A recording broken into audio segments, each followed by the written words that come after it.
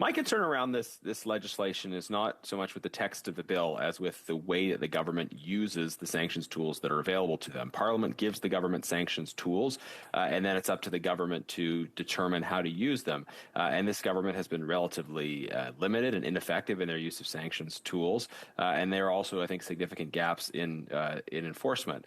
I want to ask the government a particular question about their sanctions regime, and I hope we'll hear an answer.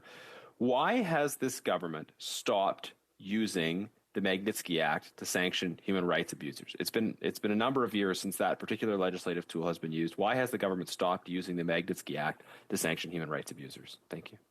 Honourable Minister of Immigration.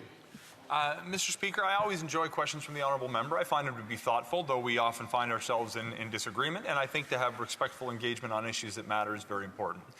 With respect, there's a number of different kinds of sanctions that may be most appropriate for different kinds of scenarios. In fact, before the changes to S8, there's certain kinds, including human rights abuses, that could be launched through our sanctions regime.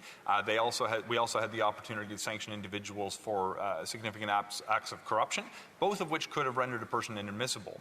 Going forward, we will be able to render people admissible as well for violations that cause interruptions to global peace and security.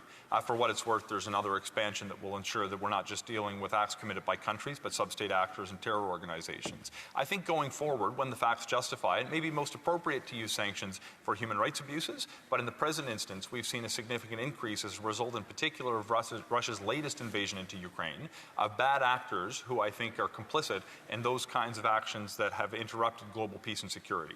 Whether it's for gross and systematic human rights violations, whether it's for significant acts of corruptions, or whether it is for this new power that will be rendering people inadmissible based on their erosion of international peace and security, I think all of those groups deserve to be sanctioned with inadmissibility, not just the pre-existing consequences that were available under the particular piece of legislation that's at issue in this particular debate.